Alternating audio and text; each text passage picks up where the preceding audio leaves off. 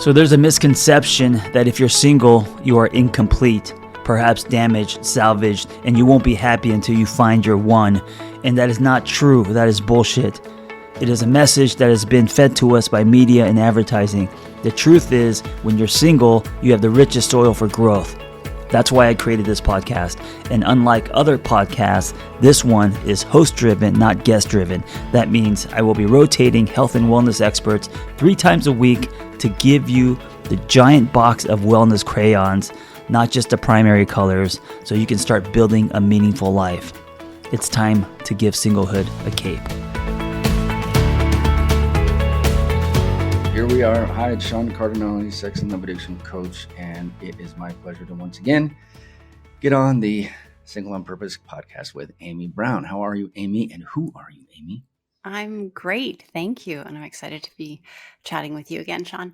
I am a meditation and mindfulness life coach. So I work with clients one-on-one and small group clients to navigate breakups, divorce, separation, any kind of healing and integration after relationships, and then hopefully to enter into new, healthier, more respectful relationships. That's what I do. Well, that is exactly what we're working on today then. We're talking about, not working on. This doesn't feel like work. It's so much fun to do podcasts with you. So fun. Amy and I have a tendency to pick an early spot in the morning.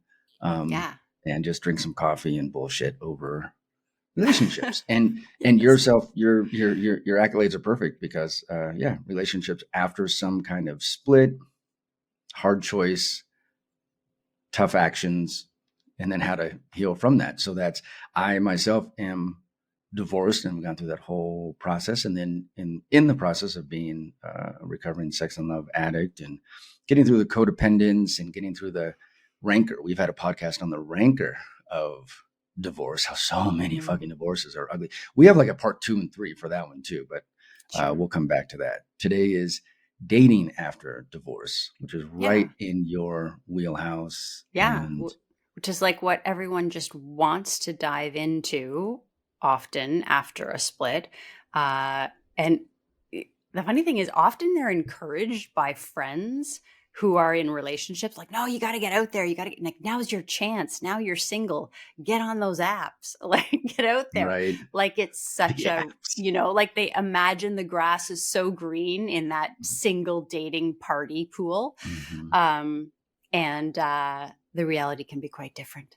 But we're here on Single on Purpose podcast. And I think that actually is the very first lesson that no one wants to learn when they first break up, split, divorce, and it doesn't have to be a divorce, just any type of single or any type of significant relationship. The important lesson is to take time to focus on healing yourself, integrating the emotions from the past relationship, learning any lessons so you're maybe not going to repeat the same patterns. It's actually from a spiritual and a mindfulness perspective, it's a beautiful time to actually focus on doing some self-work, taking some time for yourself, learning to meditate, be more mindful, go for walks in the woods, start going to the gym, whatever get back to doing your art or your music or whatever your thing is. And a lot of people want to shortcut that process. Like a lot of people just want to dive back into relationships. Mm-hmm. And I know that you had a story where you actually were told, you're going to have to take some time and just focus on you. And and I think that's the best thing, take some time or else it'll come later if you try to shortcut it. Right. No, it was difficult. You're right. It was when I did finally divorce and we worked as best we could before we did. It was 12 years ago, probably now. That seems like just ages ago. But yes, my sponsor in 12-step, in the 12-step recovery groups I was in, and my therapist both. It's almost like they tag teamed. It's almost like they called each other one night and they were like, we are so going to like slow Sean's roll. And they did. And it was really difficult for me to swallow and to accept. But 12-step is all about acceptance. And they made me take a year off, and I took their advice, and it was some of the best fucking advice I'd ever taken. In fact, I ended up probably going about a year and a half, not quite 2 years, but it was definitely a year, maybe even more than a year and a half. And just exactly what you're saying. I got to know myself, because if it was 12 years ago, I was right around 40, very late 30s, turning 40. And like you're saying, so many people just jump right back out there. Yeah. And we can do that. It's fine. We can do that our whole lives. I mean, I have so many clients, of course, you might too, who are these serial daters, or like these serial monogamous persons, which is fine. They're just like one person at a time, but they never stop to just breathe on their own, and just be with them. And I think we're acculturated to not do that anyway. Yeah. Right. Which is really weird, because in America, I know Europe and Canada, that our nicer friends in the North are not so. Never mind. Let's not go political. Anyway, our nicer friends in the North, but we're so, the individualism is so sort of inculcated down here in America. But on the other hand, with relationships, there's just this tendency, maybe it's not acculturated, maybe it's fucking genetic, who knows, to just jump in and be with someone and let me, it's that Jerry Maguire thing. You complete me. We're all looking for the other half. It's like, no. And I know, you've probably said this to 1,000 clients. No, I am working to be whole. I hope they're working to be whole. And then we can come together as 100% each, rather than I'm 50, you're 50, and let's come together. Fuck that. So I kill that analogy every time I hear it now, the Jerry Maguire one. Yeah, absolutely. Yes. Our goal is to be, Dr. Bruce Lipton quoted, our goal is to be noble gases. So noble gases which can spin on their own. They don't need another gas, and they don't need another element to complete them. So you want to be noble gases, able to spin on your own, but then choosing to be together, because when they come together, they create something that is much greater than the sum of the two gases. So it's good. They create something really incrediable. That's amazing. You like straight went chemistry there. And I bombed chemistry. Drop so that maybe in. That's why I'm drop the mic, drop the chemistry note in. That's probably why I'm a sex addict in recovery and now a coach on it, because that was not my bag. But no, that was an awesome reference. And it's interesting what you were talking about. Take your time. The very first note, I told you I had like 5 or 6 notes before we got on. And my very first line is take some time first. Yeah. Be single on purpose. Nudge, nudge, wink, wink. That's the podcast we're on. Yes. But it's important. It totally is. And everyone wants to shortcut it because it doesn't feel nice necessarily to have this, you perceive you have a void, you're missing out on life, like the FOMO thing. And you're just, for a lot of people, it's very uncomfortable to be with themselves. And some people never take that option. Some people never want to ask themselves the hard questions or introspect at all. However, I would suggest that it actually is a really beautiful time to get to know yourself. And then once you've had that time, and I also took probably about 14 months, similar to you. And I can't emphasize this enough, but if you shortcut it, it will come back later. Like you will have to do it. It's only optional as to when. So I'm going to not every case is different. Sure. Some people hop into a new marriage and they're off for good. Great. That's fantastic. But that's the exception, not the rule. And it really, and I think even those people would probably in hindsight look back and say, oh, it kind of would have been nice to spend a little time with me, just to get to know myself. And there's a lot of processing that's happening, right? Like right down to a cellular level, your whole body is shifting after a significant relationship breakup or a divorce. And that can't be underestimated. Like that's a massive change that's going on. So I really do think that trying to just quickly fill the void or quickly numb the pain, quickly move on to something else, that's there are going to be repercussions. Yeah, it's going to come back later. Yeah, psychological. Yeah. Agreed. Yeah, agreed. And you can imagine the folks that I often deal with, because if we're codependents or sex addicts or love addicts, which people still are kind of like, what the fuck is that? And I just try to explain very quickly that To me, it's very similar to codependence. It's just codependence. We often talk, if it's Melanie Beattie in her books, Codependent No More and all that, she's talking about her mother, she's talking about her family relationship, she's talking about those ties that really sort of fucked within her other relationships in her life. And I just say love addiction is like the same thing, except we're talking specifically about a romantic, tie or relationship or pull, where it's this very similar dynamic to codependence, that hyper enmeshment, right? And just that need as opposed to a want to be with someone. So that, oh my God, I have to, that compulsion. So it was interesting when you said that some people wonder if, oh my God, I should have taken the time. And that's why and you saying that reminds me exactly why it's so crucial to be single on purpose for a while, because I can't imagine like jumping into a relationship, say, like you're saying, say you're just off to the races. You have this fantastic, thing that's going, and you never gave yourself time to process. I almost said process because I'm with the Canadian Amy Brown, and I say process and you say process, and I kind of titter every time you do that quietly over here on the other side of the mic. You say whatever you want. I never noticed that. Picking on you in real time. I'm sorry. No, I have another very good Canadian friend, and she too is like process. I'm like, I don't say process. Anyway. So if you don't take that break, that time, so say you're in this relationship and it's lovely, but you're having some kind of internal or personal crisis where, whatever, middle age, work, just whatever the scenario is, right? Some outside circumstance, and you want to go take that break, and then you can.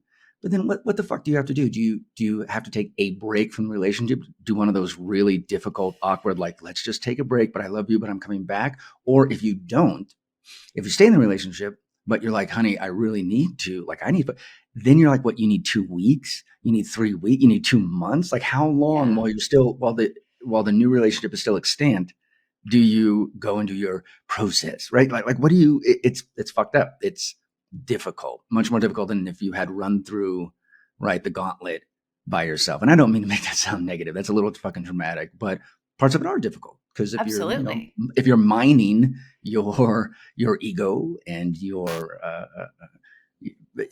all the aspects of you, all the facets of you, you're gonna bump into some shit. And that's the wonder of it all, though. Yeah, absolutely.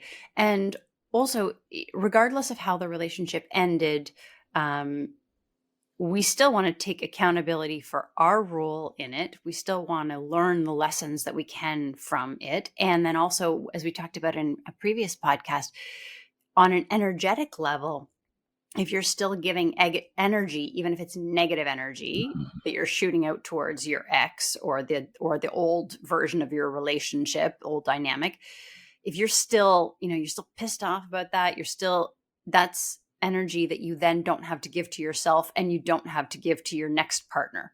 Mm-hmm. So is it all, can you get rid of all of it? No, that's fine. But for the purposes of this podcast, you want to take some time to make sure that you're not still leaking out energy. I love that. Towards the past relationship or the past version of the ex or the past version of yourself. You could be beating yourself up about, oh, I should have done this in the relationship. I should have behaved this way. I should have, like that, all that stuff has to be cleared before you can enter into, in my opinion, should be cleared. It's, not 100%, but as best you can, so that you're going into a new relationship with a fresh start and you're not bringing a ton of baggage. Right. We all carry baggage. You are anyway. Yeah, you are anyway. Yeah. So you might as well try to lose, a couple of the bags along the way. I was going to say you don't want to leave it all unprocessed, right? Yes. And just sitting there, and then it comes out fucking sideways. And it's spiky. I call it like really spiky energy. It just like punches out, with this really sharp point. Yes. I even right. You want to go into it not thinking, I didn't have anything else to add on that. It was a tangent that failed. But I was hoping that people would be, one of the points that I wrote down was that I was hoping people would go into this like it's a new phase, it's a new adventure. Think of this shit as your own like personal Star Trek, although I am a Star Wars guy more than I am Star Trek. But I just, that way we can be mindful of our fears. Mm-hmm. We can be more mindful of our trepidations. I see a lot of people go into the next relationship with all this negative self-talk, and their ego, like you said, just that ego baggage.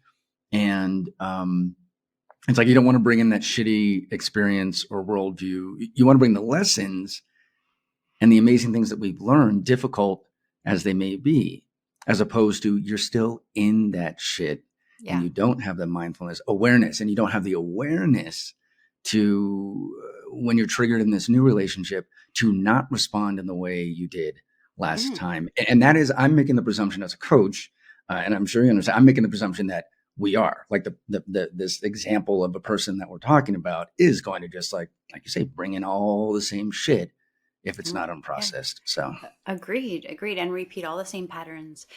I totally agree. So a lot of people talk about that they wanted, we want to date someone. We want to be the person we want to date. And that doesn't mean you actually want to date yourself, but it means that if you are, let's say you want to date someone who has confidence, are you exuding confidence? If you want to date someone who is really, has a great career, are you passionate about your career? You want to date someone who is kind and generous. Are you kind and generous? Like all those sort of things. So I think there's also, there's a lot of work to be done on ourselves, right? Because we often come, especially if we're coming out of a relationship and wanting to move into a new one, we're a little bit looking for the solutions to be in someone else, and someone else can help through things. Absolutely, you can heal with someone else, absolutely. But I do believe that it's helpful to do a lot of the work on your own first, and to kind of, as we keep saying, process the stuff, take the ownership from what your role was in the unhealthy parts of the past relationship, learn from that so that you're not going to repeat it, and then at that point then look to move forward. I love that. And I have to say, I gotta be careful. I'm in a relationship right now. We're really enjoying each other. And before I got into it, I do remember thinking along those lines. Again, not that I'm like some paragon of mental health or relationship health or whatever, but I mean, I've also done the work. I wouldn't be coaching if I hadn't, right? I have to be able to fucking walk my talk. And I do believe I do. And I call myself out in my group sessions all the fucking time on the Single on Purpose, platform, or when it was Tat Lab. I'm like, guys, I'm like right here with you. I've done the fucking things we're talking about or that you're freaking out about right now. But I do specifically remember what you're talking about, going like, okay, I don't want to be too wary or like trigger happy about red flags. Like not everything is red flag. And I want, and I want to, I know that I don't want like X, Y, or Z. I've done the borderline thing before. I know how to see those flags right away. But at the same time, also checking myself. Like, what am I bringing to it? What can I do to keep working on what I am bringing and offloading or processing or acknowledging, these sort of peccadillos in me, or like we say in 12-step, the old phrase used to be character flaws, but it's kind of, character diva is kind of coarse. Yeah. We say something a little softer now, but you know what I mean? I just, I almost feel sometimes bad. I'm like, oh my God, am I now like living up to, like setting up too high a standard? But again, that sounds, I don't know. I'm fucking this up because I was going to make a joke when you were saying that about, it's not about being narcissistic and like, I want to date me. It's not that, but you want to date healthy. You want to date someone who like knows their shit and can call themselves out on their shit, just like you can. How about that? Did I save my fucking tangent there? Yes. And that is exactly like you read my mind, because that is exactly what I wanted to bring up as a next point, which is once you've entered this world of working on yourself, whether it be spirituality, mindfulness, trauma healing, recovery, once you're in this world of doing some work and taking accountability on things, I get the question from a lot of clients who are like, well, now that I've done all this work, I don't necessarily want to date someone unless they've also done some work, because it otherwise they for lack of a better term, they don't speak my language. They don't understand what I'm going through, what I've been through, and that can be tricky. It kind of reduces the pool size a little bit more. Is with recovery, do people want to date someone else who's been in recovery, who's gone through the same experience? What's the sense there? That's a great question. So it is interesting to go ahead, like if someone speaks the 12-step or recovery, even if it's not 12-step language, and just knows, they had a drug thing and I had a gambling thing, I have a sex thing, that is a really good shortcut, because we had another podcast. We're just going to plug all our past podcasts together on this fucking one. But we had another one about 12-step in general and how it can apply to fucking anything and everything, because we love that framework so much and admire it. And it's the same thing there. So it's exactly what you said. They're speaking your language. Like, it's not going to be foreign for me to go like, oh, I got to go third step that, or, oh, I got to go surrender that, or make an amends. Like, we are definitely speaking the same language. So that helps. And then I think too, though, if it's just someone who is well-adjusted and open, I guess I would say, Amy, I would rather be in that smaller pool. Not in some sort of elitist fucking way, but in a mindfulness and healthful way, and be like, I want to meet other people and talk with other people and sit down and have coffee and see eventually if there's going to be some romantic and sexual spark with someone who has done the work. And I have clients all the time like, what's this work shit? I'm like, bitch, it's what I say it is. It's all of this getting to know oneself. Yeah. And I'll probably get in trouble for saying the B word just now, just flew out of my face. But getting to know someone who has, how sometimes, especially if you're in mindfulness work, you do a body scan, right? You're trying to like slow down your clients and yourself and just get started. Like, let's just do a scan. Let's just read I call it taking our emotional temperature, right? I want someone who knows how to take their emotional temperature. If the day is going fucking sideways shit balls, they're like, I'm going to step outside for a minute and go do like the things that I need to do. Like you said earlier, walk through the woods. And I almost laughed at that. And I was like, that's very Zen / Jedi, but fuck it. It's great. Like, whatever people need to do, go fucking do it. Like, at least have a process, not be like, and like bottling up everything, because I am so hell bent on this. We're acculturated just not to even, introspect. And I love how you use that as a verb. I'd never heard it as a verb before. I'd only heard it as a noun. But anyway, so you do want someone who can speak that language and knows themselves. So then in so knowing themselves, can convey that clearly and with honesty and authenticity to you, and vice versa. Yeah. Yeah. Right, yes. I'll stop there. But you inspired that tangent. I agree 1000%. I heard a podcast, I think it was, that Lewis Howes was talking about, and he was talking about dating and was saying that, and this is just a very something that I'm sure everyone would notice on the profiles for dating. It's like, I love travel and walks in the woods and sharing a bottle of wine and whatever. And, just these things that are really, really very, very general. And sure, Hallmark. That's fine. It's a Hallmark card. It's like, great. You love that. That's good. Fine. And common interests are good. Absolutely. And at the beginning, you can bond over the common interest, but really, wouldn't it be better to have, I want someone who has a strong EQ, who understands who they are, who has processed some of their trauma, who has had some hard times and turned to, whether it's 12-step spirituality, mindfulness, has turned to something that has helped them move from a dark place. Yes, exactly. And that's not for everyone, but I feel like just some of the more deep foundational things are so much more important than like travel and a bottle of wine. Because go ahead. I was just going to say, because that actually, even that, like, I love travel and a bottle of wine, just because those are probably like the most ubiquitous things on dating apps. Mm-hmm. Even that if you were in AA and could not share a bottle of wine with someone, but yet could sit on the couch and be cozy by the fire and have that bonding special time and drink bubbly water, like, is that going to be a deal breaker? Like, it's actually not even about the wine, right? Probably it's, or drink something. It's probably about I actually want someone who's going to connect with me at the end of the day, and we're going to be able to sit and be, and be comfy and be like, actually, and like, who freaking cares what you drink hot cocoa? I don't care. Like, it's I love hot chocolate. Amy, so basically Amy Brown, everybody is asking that you be more specific in your fucking dating apps.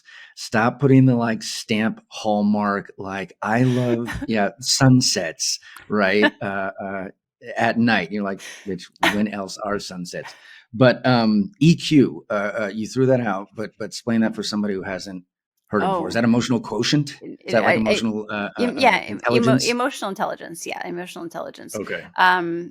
Basically, I can do my own body scan, just like you said. It's I can feel what's going on in me, and I take ownership for that, versus I'm going to let shit come out sideways and probably come out on the people that are closest to me, because I'm not aware of what it is that I'm not aware of what it is that's going on in my body.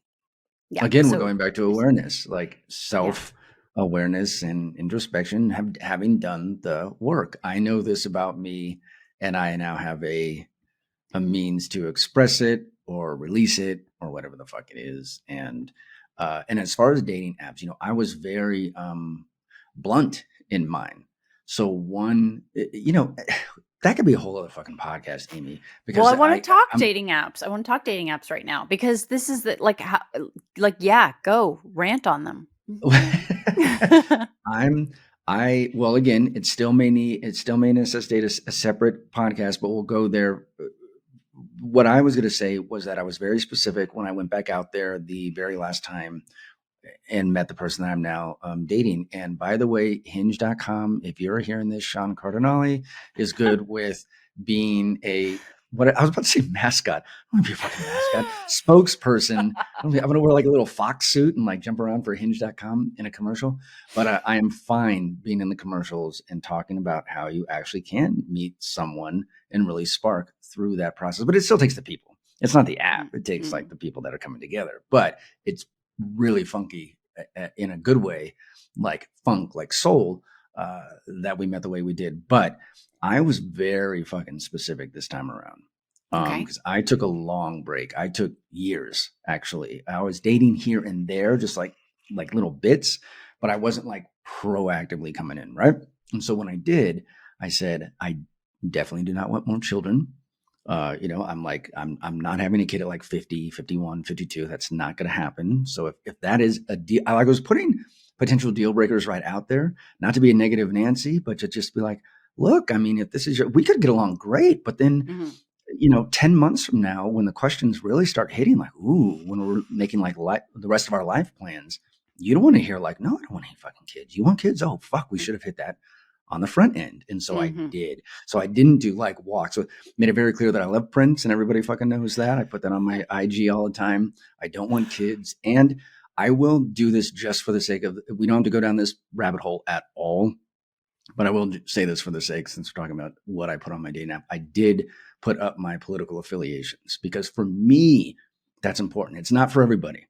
It is not at all for everybody. People don't care if you're right, left, center, whatever. I do. It's really a part of my identity beyond being a coach. So it was important for me to go, I'm in it, folks. I'm like at a nonprofit. I'm in the hood. I'm working with people, politicians, all the shit. So I just made that clear so that people weren't like blindsided, like, oh my God, you're like this. You're nothing like the fucking app. And I'm like, nope, I am. I put it out there. So you had an idea of what you were getting beyond, again, sunsets and wine.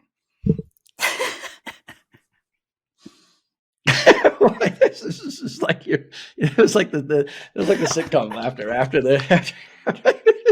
someone hit a button. Amy needs a moment. Yes.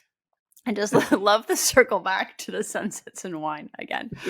We're going to see like a trend and no one's putting sunsets and wine on their apps anymore. We may have done the world a service. We may have done the dating app world a service. You know what? If I completely agree with you about being specific, and any clients who are going into the world of dating, I suggest if you want to. One of the ways that I think you can upfront filter through people who are not going to be compatible with you, if you want somebody who has done the work or is into spirituality or mindfulness or trauma healing or whatever it is, I think you can put that straight up, and it doesn't have to be like I've been in therapy for 20 years and I want, whatever, but it can be, but it can be, I want, like, this is my favorite book by Joe Dispenza. And that's a fairly, that's a fairly good jump off point. They're going to be like, okay, I kind of understand his mindset there. And I don't even know who that is. You'll have to say that later, but okay. Okay.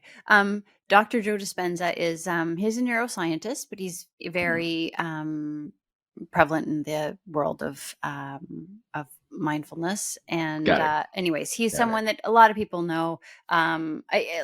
Pick any book, pick whatever. Even just, but people would know. Just today when that's right.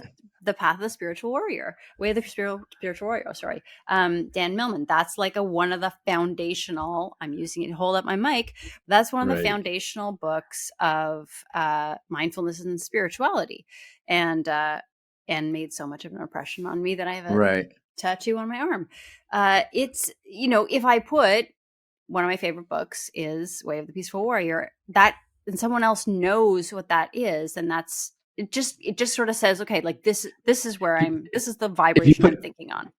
If you put Eckhart Tolle, everyone who knows that motherfucker is gonna be like, oh. Now on the flip side, I do want to add just a little sort of half note about that is so music is a big deal. I mean, obviously I just mentioned Prince. And if you like horror versus, comedy or, movies versus novels, some of those things could cut out people, but I will say be a little more open to that. So be specific, but then still be open with what people are putting out there, because, I checked yes for people who are listening to like, Slayer and puke rock and like Guar. And I'm like, that's not my bag, but I don't know. I like some of the other things, so don't take one little article in the app as like, all encompassing, right? We are all facets and have different parts. And maybe someone who does listen to Guar also loves walks in the park and, picnics, under an oak tree in a field of lilacs.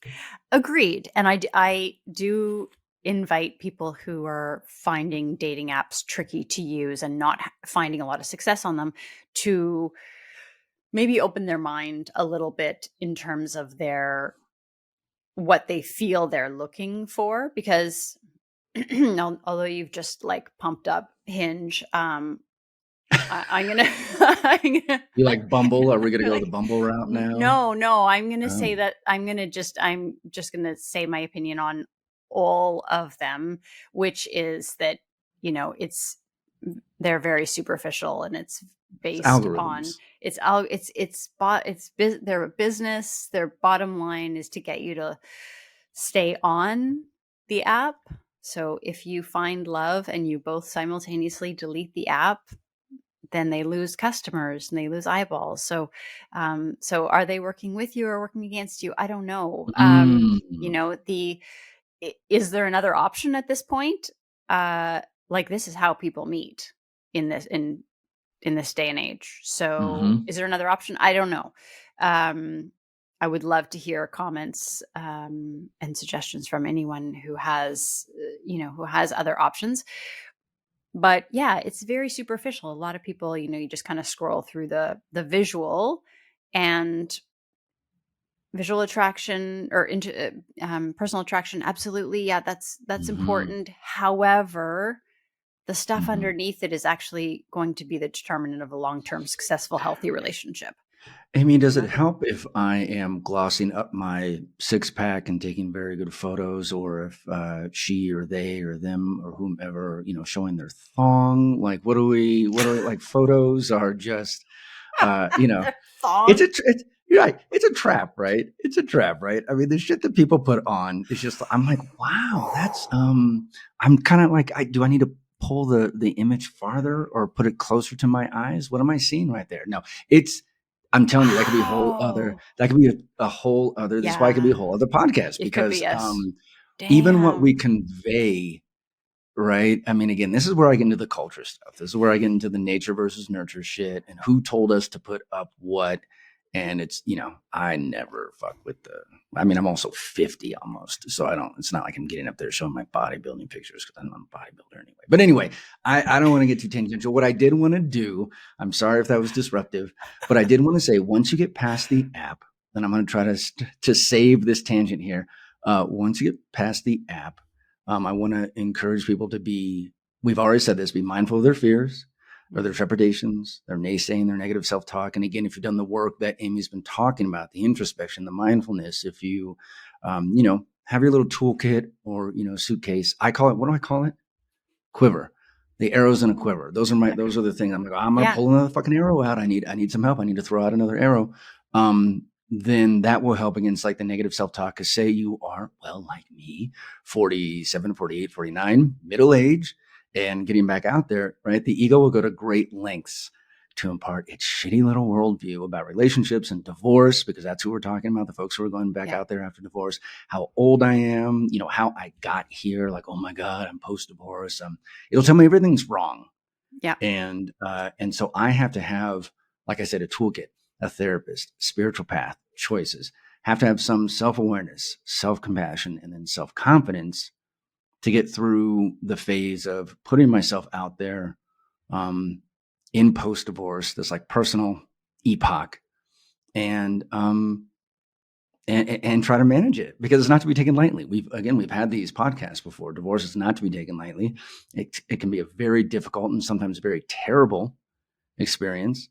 And so I just want to encourage people to give themselves a break, right? Get some willingness to learn about themselves. Like we were saying, take that year or fucking 3 and become mindful of, not only of your assets and deficits or peccadillos or whatever, but, also know that when you get out there, all confident, putting up on all the Hinge or Bumbles or whatever, that the post-divorce ego is going to fuck with you and just naysay the shit out of the situation because of the divorce.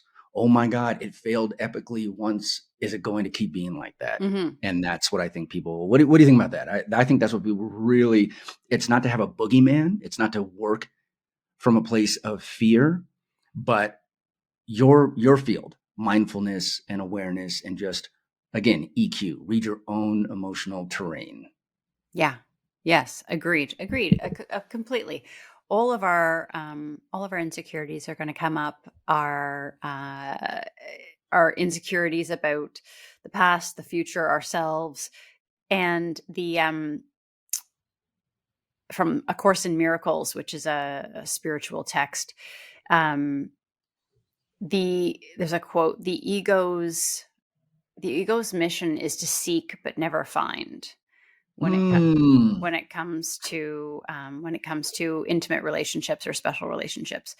And so your ego, in order to keep its role in the driver's seat, will take you to the point where it makes you think you're looking for a partner. It makes you think it's doing everything it can to help you further this. And yet it will sabotage it before you get there, if it's still in the driver's seat. That's fucking, Amy, that's fucking amazing. Wait, I don't want to stop you if I don't want to kill your role. No, it's okay. It's okay. But it just reminds me of how much the ego plays a part in the work that I do then with addictions. It is so ego driven.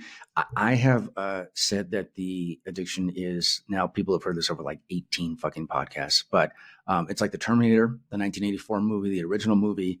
Right. It has no purpose. It cannot be stopped. It will not be stopped. It has one role in mind. And when we're talking about addiction, it's self-destruction, but it's in the guise of self-help. It has one role. And it's not to your benefit. No. Right. And people think it is because it's ephemerally pleasurable and then you go for the next hit and you have diminishing returns. And so you stay stuck in the cycle. So folks who I deal with who have relationship addiction, love, sex addiction, they're doing terrible things to themselves and other people as a result of this like broken sense of intimacy, right? This inability to get truly intimate. It's chasing the squirrel. It's the dog chasing the car. And you never get there. And that's why the ego, right? The ego's mission is to seek, but never to find. That is fucking addiction in a nutshell. You just go. And it's not at your behest. No. It's actually killing you. Yeah. Emotionally, physically, psychologically, or all three. Yeah. And it's life. It's life in general. It's relationships in general. It's your ego. If you're on the dating scene, it's your ego is making you believe, we're going for this. Let's try. And then no, she's not right. She's not right because what? No, she's never gonna like us because no, go back, abort, get away, right? Right. Yeah. Oh man. So so having the knowledge and the awareness. Oh, back to awareness, but having the awareness that that's what you're dealing with. That's huge, right? It is. And with the awareness, another note I wrote down was, when you finally do get sitting across the table, I always use, just like you're getting coffee. It's just the easiest fucking analogy. And I use it for my group sessions. Anyway, they don't seem to mind. You're sitting across the table, at a coffee shop, meeting this person. I just want to remind folks, post-divorce, in dating, sitting down, and it's all pretty new, they are not your ex-partner. Don't get it twisted. We like to ascribe features and traits of our last partner with this potential new one, and this is egoic too. It's like defense mechanism, right? But that is such a great way to totally nuke fucking potential right away. Because it'll be great, it'll be going good, and they'll literally like say something, do something, have an opinion, whatever, a mannerism even, right? And in our earlier divorce podcast, we were talking about, the couples who can't even sit together at the basketball game for their kid who's on the court playing because there's so much rancor, so much animosity and heat still burning between them, like the bad heat, not the good stuff. And that is sort of, that's taking the steps way ahead of time to not ascribe them with your ex's peccadillos and bullshit. Like that's a whole other story. This is a whole new person. Yeah. Don't get it twisted. Yeah. It's not your ex. It's not your parents. It's not someone else from your past. It's not. Yeah. Agreed. And that's tricky because,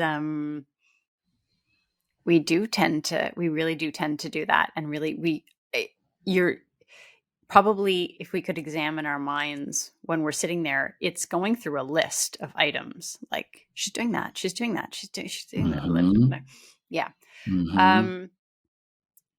I think. Well, go ahead. I was just going to say again, from a spiritual perspective, every relationship, every interaction is an opportunity to develop our relationship muscles, like going to the gym. Every relationship, every interaction, and going for coffee, or even just the interaction that you have with the person who is providing the coffee from, all of that is, as humans, we need to work on our interpersonal skills, on our communication skills. And whether it's a date or it's with a coworker or it's, a server at a restaurant,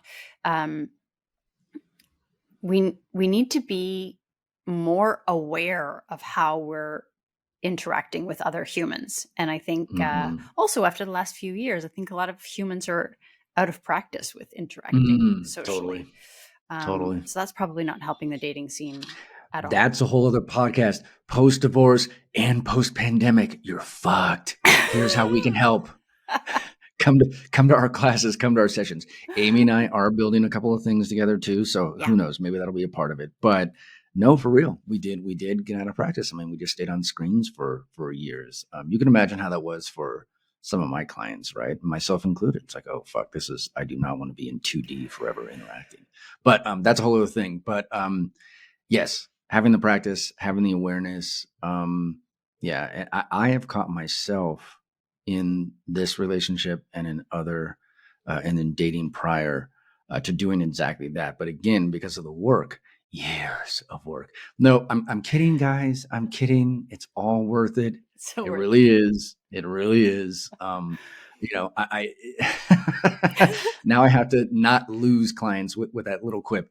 So 15 years, yes, but for me, it's this is a lifetime thing. This is a journey thing. Yeah. Not there's no finish line for me. I learn more every day trying to date and relate more healthily. And so what I was going to say was that I have caught things even with my girlfriend now, and I'm sure she has caught shit that I've said or done that reminds her of her, ex-husband or ex-beau, boo or whatever. And it's my job to, again, that's why I made that note. Maybe the note was for myself all along, Amy, not for the listeners, but just to remind myself, you fucker, that's not right. That's not your ex-wife and that's not your ex-girlfriend. This is the new person. And to, remember not to jump to the next three conclusions or hoops as a result of a thing they said, did, an argument, right? I mean, that can escalate pretty quickly about something intense in the moment.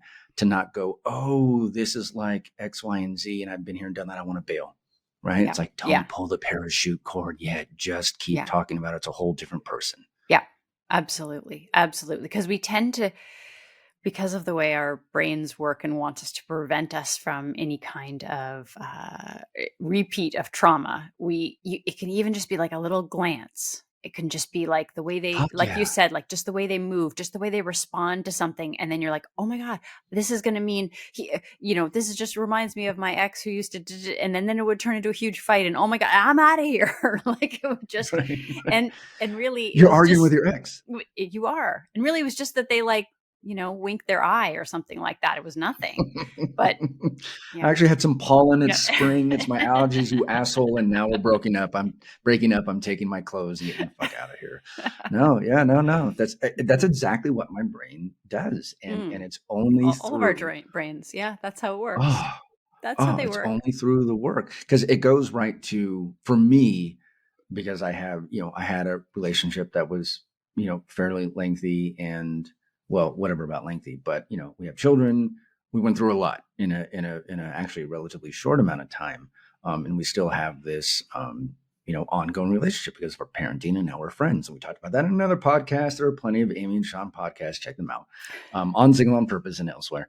But yeah, my brain instantly is like, oh my God, my ex did that, and I fucking hated it. Right? I had to just dial myself back. So. Yeah. And that's the work that helps me dial back. Yeah. So.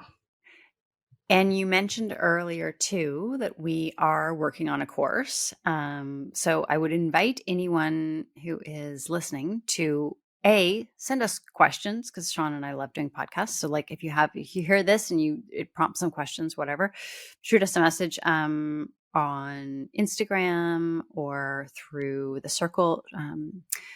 John Kim's Angry Therapist Single on Purpose Circle community.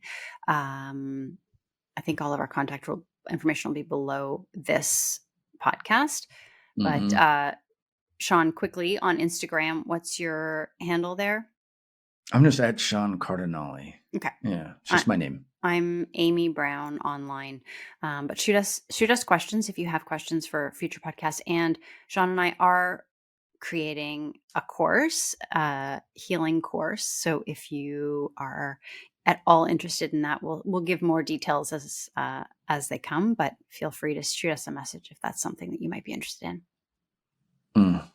And that's almost, I think, are we ending on the plug? It was kind of a good plug. I feel like that. I feel like we could. It's a natural progression. Thank you so much, as always, Amy Brown. It's always a pleasure. And I love your insight. And I think we have a good laugh. And hopefully folks can laugh with us while they're listening to this. It doesn't have to be so serious, even though divorce and post-divorce is a lot, but we need the humor to help. Absolutely. Yeah. Yeah. And there's so many people going through it too. So it's nice to feel like we're not alone. That's right. Thank you very much. Thanks, Sean. I'll see you again. Bye. I hope that episode was helpful. Hey, listen, if you want to share your singlehood journey, if you've gone somewhere and come back, if you have revelations and wisdom, please share your story. It's going to help other people. Nothing makes us feel more connected than hearing other people's stories. So just send me the audio of your story, and you can just record it directly from your phone and email it to theangrytherapist@gmail.com. Also, if you want our Single on Purpose newsletter, go to singleonpurpose.life. That's singleonpurpose.life. You will get tools and articles and other people's stories, and also Zoom links to private gathers. So if you want to join our community, go to singleonpurpose.life. Thank you for listening. Be well. We hope you tell a friend. Hey, before you go, I want to invite you to the Single on Purpose private community online. It's off of social media. No ads, no algorithms. We got forums, we got live groups, we got webinars, and we have social hangs. We also have offline in-person hangs happening soon. So check us out. Go to singleonpurpose.life. That's singleonpurpose.life, and I will see you inside.